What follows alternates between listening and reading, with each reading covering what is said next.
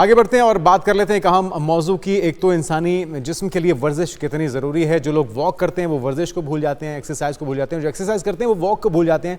Basically ये दोनों चीज़ें ज़रूरी हैं। और जो हमारे नौजवान हैं, ख़ासतौर पर इशाल, हम बात भी कर रहे थे इस पर, बॉडी बनाने के बड़े शौकीन जब जिम जाना शुरू करते हैं तो उनकी कोशिश होती है, उनकी ख्वाहिश होती है कि दिनों में वो बॉडी बना लें, ओवरनाइट कुछ ऐसा जादू हो जाए कि वो मसल्स दिखाने के काबिल हो जाएं, हाफ स्लीव्स या स्लीवलेस पहनने के काबिल हो जाएं। तो ये शॉर्टकट का जरिया एक होता है स्टीरॉयड्स का इस्तेमाल, जो कि आपको बांझ बना सकता है, आपकी सलाहियतों को, आपके बॉडी पार्ट्स को, आपके लंग्स को नुकसान पहुंचा सकता है और आपको मौत के मुंह में भी ले जा सकता है। तो ये सारी चीज़ें कितनी हसास हो सकती हैं और एक्सरसाइज कितनी ज़रूरी है, इस पर बात कर लेते हैं। हमारे साथ मौजूद हैं हाफिज। बिल्कुल जी, हाफिज खालिद, मिस्टर पाकिस्तान भी आप रह चुके हैं। Welcome to show. आपको कहें हाफिज, अब पहले तो यही कि आप खुद भी मिस्टर पाकिस्तान रहे हैं और अभी फिर मेरे ख्याल में आप अभी दोबारा से वर्ल्ड टाइटल के लिए कोशिश कर रहे हैं। बिल्कुल कोशिश कर रहे हैं। तो उसके लिए आपकी तैयारियां कैसी जा रही हैं, पहले तो ये बताइएगा। मैम बहुत अच्छी तैयारी जा रही है मेरी, अल्हम्दुलिल्लाह।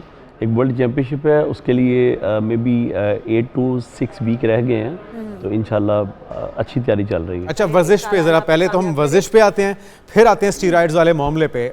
एक्सरसाइज कितनी ज़रूरी है? हम देखते हैं कि जो लोग पार्क्स में जाते हैं जॉगिंग के लिए, वॉक के लिए, वो एक्सरसाइज को भूल जाते हैं या उसको मैनेज नहीं कर पाते। इसी तरह से एक्सरसाइज वाले वॉक को निगलेक्ट कर देते हैं। दोनों का होना कितना ज़रूरी है? देखिए जुनैद भाई, ये तो आपने यही पूछ लिया कि ज़िंदगी गुजारने के लिए सांस कितनी ज़रूरी है। सही कह रहे हैं। मतलब एक्सरसाइज जो है वो आपकी लाइफ है। जहाँ तक बात है वेट लिफ्टिंग की और आपकी कार्डिक एक्सरसाइज जो है, कार्डियो हम बोलते हैं, तो ये दोनों का एक कॉम्बिनेशन है। वेट लिफ्टिंग जो है आपकी बॉडी की खूबसूरती है, आपके पट्ठों को ताकत देती है, आपको मजबूत बनाती है।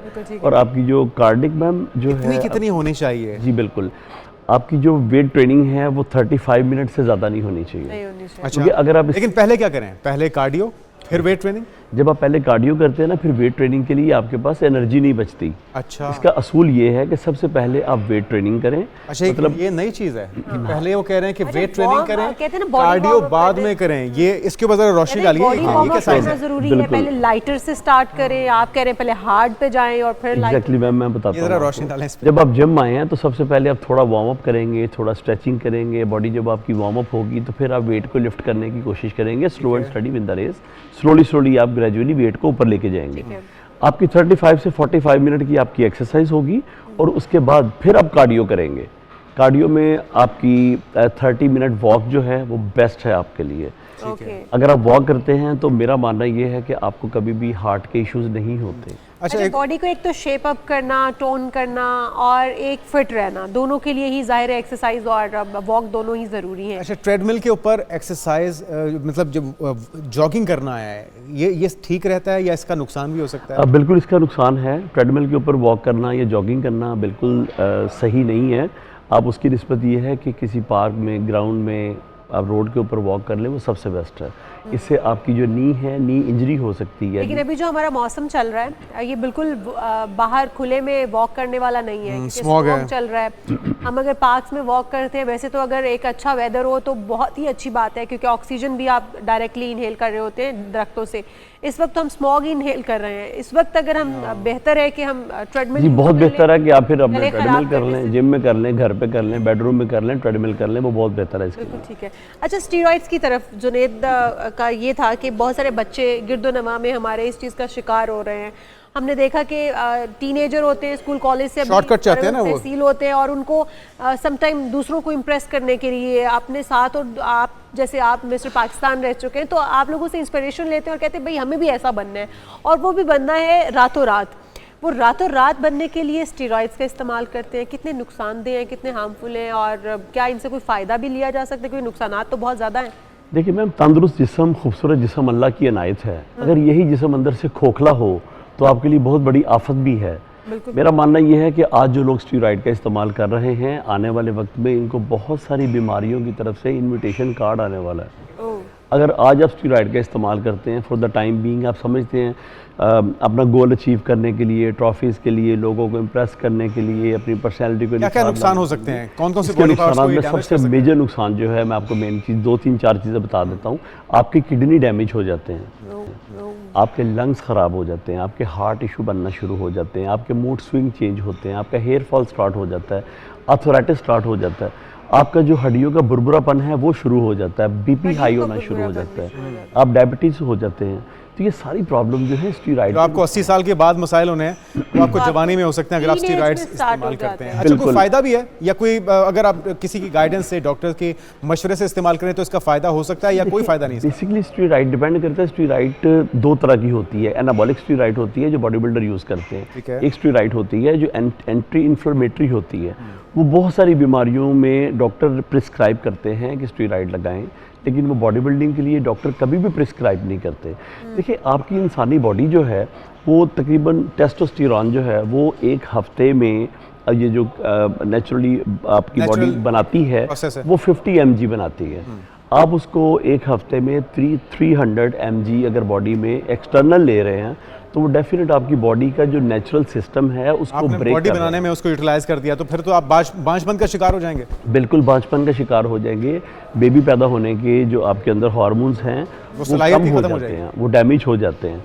तो इसकी आपकी सेक्सुअल लाइफ के ऊपर भी बहुत इम्पैक्ट होता तो है। फिर ये Recovery- मार्केट में इतने नुकसान जिनके जिस मेडिसिन के मौजूद हैं, ये स्टेरॉइड्स मार्केट में इतने सरेआम क्यों बिक रहे हैं, मिल रहे हैं कि हमारे छोटे छोटे बच्चे, नौजवान लड़के इसको यूज़ कर रहे हैं और बीमारियों का शिकार हो रहे हैं? और वैसे ये इलीगल तो है, इसमें तो कोई दो जी बिल्कुल इनलीगल है और मैडम ये आम मिलता भी नहीं है। देखिए मैं छुप छुपा के ही होगा मेरे ख्याल में। अगर आपका मेडिकल स्टोर वाला कोई जानने वाला है फार्मेसी तो वही वाला, आपको देगा। वही आपको छुप हमारे छुपा यहाँ के पैसे देगा। कमाने का एक मैं जरिया भी हमेशा है। एक एग्जांपल देता हूँ कि वेपन जो है ना ये गलत नहीं होता, इसका इस्तेमाल डिपेंड करता है आप क्या कर रहे हैं। इसी तरह सोशल मीडिया भी तो है ना, देखें वो भी आपका अपने ऊपर है। बिल्कुल आपके ऊपर है कि आप कैसा उसको इस्तेमाल कितना करते अच्छा कर रहे हैं, ये कितना आपके लिए नुकसान। अच्छा, चलें हमारे नौजवानों को जो ख्वाहिश रखते हैं, स्टीरॉइड्स भी इस्तेमाल नहीं करना चाहते, बॉडी बनानी है, ओवरनाइट तो नहीं बन सकती, लेकिन कैसे बनाएं, क्या खाएं, क्या पिएं कि उनकी अच्छी बॉडी बन जाए और स्टीरॉइड से भी उनका डैमेज ना हो? बिल्कुल, देखिए 3 चीज़ें हैं, आपकी गुड फैट्स हैं, आपकी कार्बोहाइड्रेट है और इसके अलावा आपकी बॉडी की प्रोटीन है। अगर आप बॉडी को लीन करना चाहते हैं तो हाई प्रोटीन डाइट पे आ जाएं। अगर आप बॉडी का मैस गेन करना थोड़ा चाहते सा एक्सप्लेन भी कर दें, हाई प्रोटीन डाइट में क्या क्या है? हाई प्रोटीन डाइट में सबसे पहले जो है एग है, फिश है, मीट है और रेड मीट है, मतलब सुपर फूड है रेड मीट, जिसमें बीफ है। बीफ जो है आपकी बॉडी जिससे अमूमी तौर पे हमारे बच्चे या अवॉइड करते हैं, avoid करते खाना हैं। नहीं चाहते। अच्छा, एक लेकिन वो पहले यूरिक एसिड रिसर्च बढ़ाने आई की रीजन भी बन जाता है, पहले इसलिए रिसर्च आई थी, डॉक्टर कहते थे कि बीफ मत खाएं। अभी एक न्यू रिसर्च में पढ़ रहा था, उसमें लिखा हुआ था कि आप मीट जो है बॉडी की आपकी जो एंटी इन्फ्लेमेटरी है और आपकी बॉडी के अंदर जो इन्फ्लेमेशन है उसका ख़त्म करने का सबसे बेस्ट सोर्स है। देखिए, अल्लाह ताला ने इंसान को इतना लकी बनाया है कि शेर जो है वो घास नहीं खाता और जो गाय भैंस है ये मीट नहीं खाती।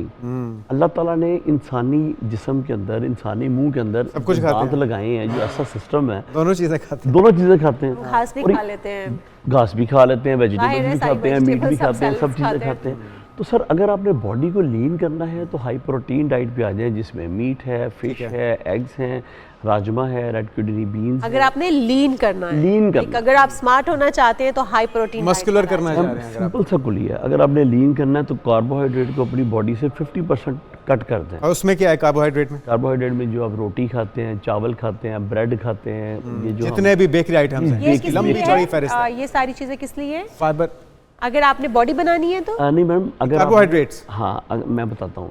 अगर आप चाहते हैं कि आपने बॉडी को लीन करना है, ओके, आपने स्लिम फिट रहना है, तो कार्ब जो है चावल कम कर दें। वही अगर आप बड़ी difficult प्लेट task खा है, आप रहे हैं चावल भी छोड़ दें, आप रोटी भी छोड़ दें। ब्राउन राइस खा लें या फिर उसको बॉईल करके उसका स्टार्च निकाल दें। जी एग्जैक्टली, बॉयल राइस अच्छे हैं, लेकिन वो भी आप उसकी ना प्लेट छोटी कर दें। अगर आप सालन बड़ी प्लेट में खाते हैं तो उसको छोटा कर दें।